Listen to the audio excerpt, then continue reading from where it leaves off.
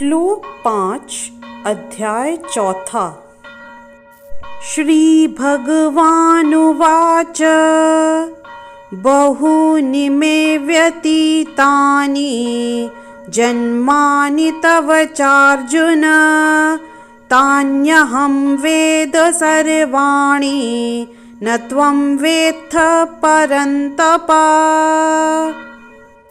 इस श्लोक में श्री भगवान ने कहा, तुम्हारे तथा मेरे अनेकानेक जन्म हो चुके हैं, मुझे तो उन सबका स्मरण है, किंतु हे परंतप तुम्हें उनका स्मरण नहीं रह सकता।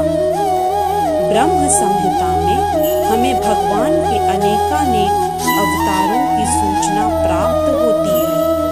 उसमें कहा गया है, अद्वैतमच्युतम् अनादिमनन्तरूप माद्यं पुराणपुरुषं नवयौवेन च वेदेषु दुर्लभम् आत्मभक्तौ गोविन्दमादिपुरुषं तमहं भजामि। मैं उन आदि पुरुष श्री भगवान गोविंद की पूजा करता हूँ, जो अद्वैत, अच्युत तथा अनादि हैं।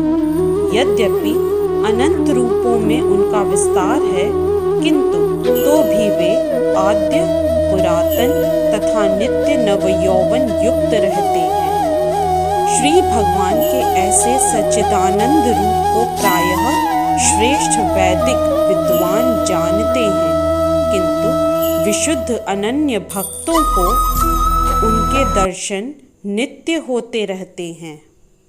रामादिमूर्तिषु कलानियमेन तिष्ठन्नानावतार करोद्भुवनेषु, किन्तु कृष्ण स्वयं समभवत् परमः पुमान् यो गोविन्दमादिपुरुषं तमहं भजामि। अर्थात मैं उन श्री भगवान गोविंद की पूजा करता हूँ, जो राम, नृसिंह आदि अवतारों तथा अंशावतारों में नित्य स्थित रहते हुए भी कृष्ण नाम से विख्यात आदि पुरुष हैं और जो स्वयं भी अवतरित होते हैं।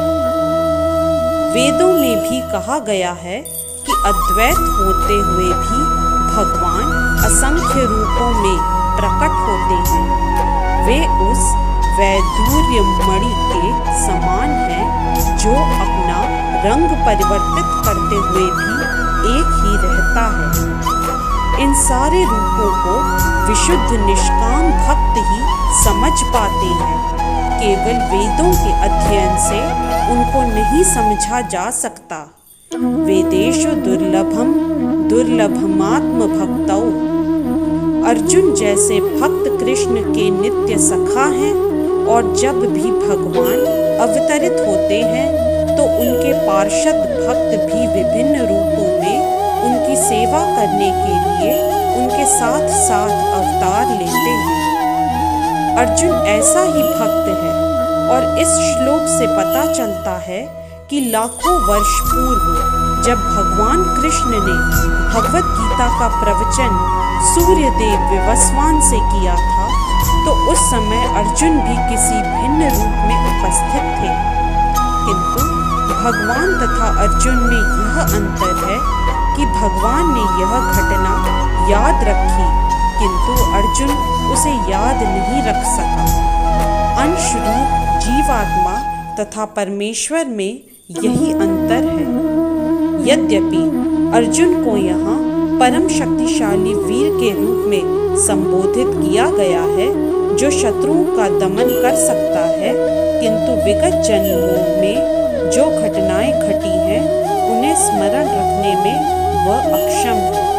अतः भौतिक दृष्टि से जीव चाहे कितना ही बड़ा क्यों न हो, वह कभी परमेश्वर की समता नहीं कर सकता। भगवान का नित्य संगी निश्चित रूप से मुक्त पुरुष होता है, किंतु वह भगवान के तुल्य नहीं होता। ब्रह्म संहिता में भगवान को अच्युत कहा गया है, जिसका अर्थ होता है कि वे भौतिक संपर्क में रहते हुए भी अपने को नहीं भूलते। अतः भगवान तथा जीव कभी भी सभी तरह से एक समान नहीं हो सकते, भले ही जीव अर्जुन के समान मुक्त पुरुष क्यों न हो। यद्यपि अर्जुन भगवान का भक्त है, किंतु कभी कभी वह भी भगवान की प्रकृति को भूल जाता है। किंतु दैवी कृपा से भक्त तुरंत भगवान की अच्युत स्थिति को समझ जाता है, जबकि अभक्त या असुर इस दिव्य प्रकृति को नहीं समझ पाता। फलस्वरूप गीता के विवरण आसुरी मस्तिष्कों में नहीं चढ़ पाते। कृष्ण को लाखों वर्ष पूर्व संपन्न कार्यों की स्मृति बनी हुई है, किंतु अर्जुन को स्मरण नहीं है। यद्यपि अर्जुन तथा कृष्ण दोनों ही शाश्वत स्वभाव के हैं। यहाँ पर हमें यह भी देखने को मिलता है कि शरीर परिवर्तन के साथ साथ जीवात्मा सब कुछ भूल जाता है, किंतु कृष्ण सब स्मरण रखते हैं, क्योंकि वे अपने सच्चिदानंद शरीर को बदलते नहीं। वे अद्वैत हैं, जिसका अर्थ है कि उनके शरीर तथा उनकी आत्मा में कोई अंतर नहीं है।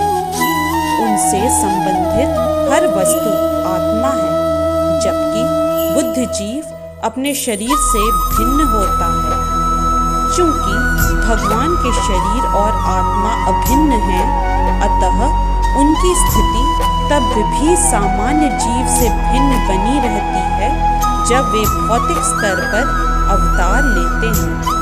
असुरगण भगवान की इस दिव्य प्रकृति से तालमेल नहीं बैठा पाते, जिसकी व्याख्या आगे के श्लोक में यानी 6ठे श्लोक में भगवान स्वयं करते हैं।